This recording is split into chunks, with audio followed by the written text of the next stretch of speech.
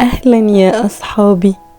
النهاردة جبتلكم حدوتة جديدة من حواديت وين الدبدوب.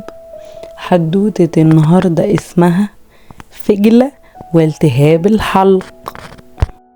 كان يا مكان في قديم الزمان، وفي يوم من ايام فصل الشتاء الجميل، فجأة فجلة صحي من النوم تعبان وعنده التهاب في الحلق. عشان كده قرر يروح لمنزل زازا. زازا ده الحكيم بتاع الغابة، راح له علشان يكشف عليه. زازا كشف عليه وقال له من فضلك يا فجلة قول راح فجلة قال راح زازا قال له فعلا يا عزيزي انت عندك التهاب شديد قوي في الحلق. الحكيم زازا طلع ورقة من على مكتبه وكتب عليها التعليمات وقال له يا فجلة كل التعليمات دي لازم تلتزم بيها لحد التهاب الحلق ما يخف ويختفي.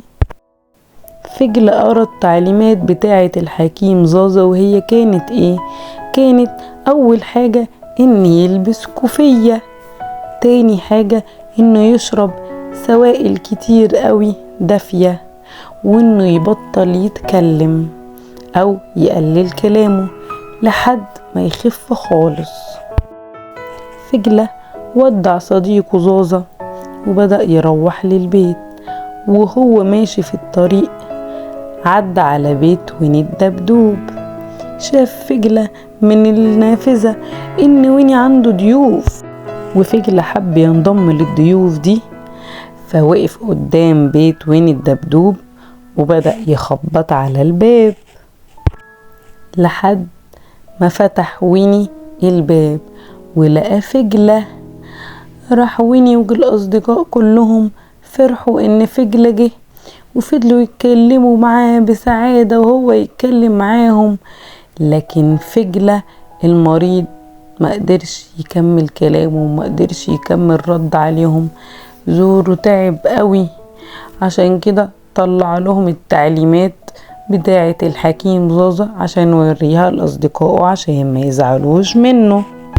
أرنوب قرأ تعليمات الحكيم وقال ده فجلة المفروض ما يتكلمش لحد ما زوره يخف خالص. فاقترح حوار على فجلة انه يعبر عن كلامه من غير ما ينطقه، يعني زي يعمل كده زي لعبة افلام اللي احنا عارفينها انه لغة الاشارة. طبعا الفكرة عجبت فجلة جدا، لانه اولا هيسمع كلام الحكيم، ثانيا هيقدر يتواصل مع اصحابه. بعد شوية فجلة كان عايز يشرب كوباية شاي سخنة، لكن طبعا هو مش عارف يتكلم ويقول كده. عشان كده حاول ان هو يعمل شكل البراد الشاي ويشاور لهم على كوباية الشاي علشان اصحابه يفهموا هم عايزين راح نمور قال بصوت عالي انا عرفت فجلة عايز اعتقد ان هو بيقول انه رأى ان هو شاف فيل. فجلة هز راسه يمين وشمال معناها انه لا مش كده، وفضل يحاول تاني يعمل لهم بالاشارة انه هو عايز كوباية شاي. راح ارنب قال بس انا خلاص عرفت، اكيد فجلة شاف طائر كبير عنده منقار طويل قوي. راح فجلة برضو فضل يهز في راسه ده اللي انا بقوله. راح بعد كده فجلة راح المطبخ بتاع ويني وجاب براد الشاي والفنجان ومسكهم كده بإيد عالية علشان أصحابه يشوفوه ويفهموا هم عايزين راح ويني قال أنا أعتقد أنا عارف فجلة عايز أعتقد إن هو عايز كوباية شاي. وفعلا ويني عمل براد كبير قوي الشاي لكل أصدقائه. وحوار قال زي ما قلتلكوا قبل كده نقدر نتكلم من غير ما ننطق. راحوا كل الأصدقاء فضلوا يضحكوا على كلام حوار والحكمة بتاعته اللي هو بيقولها.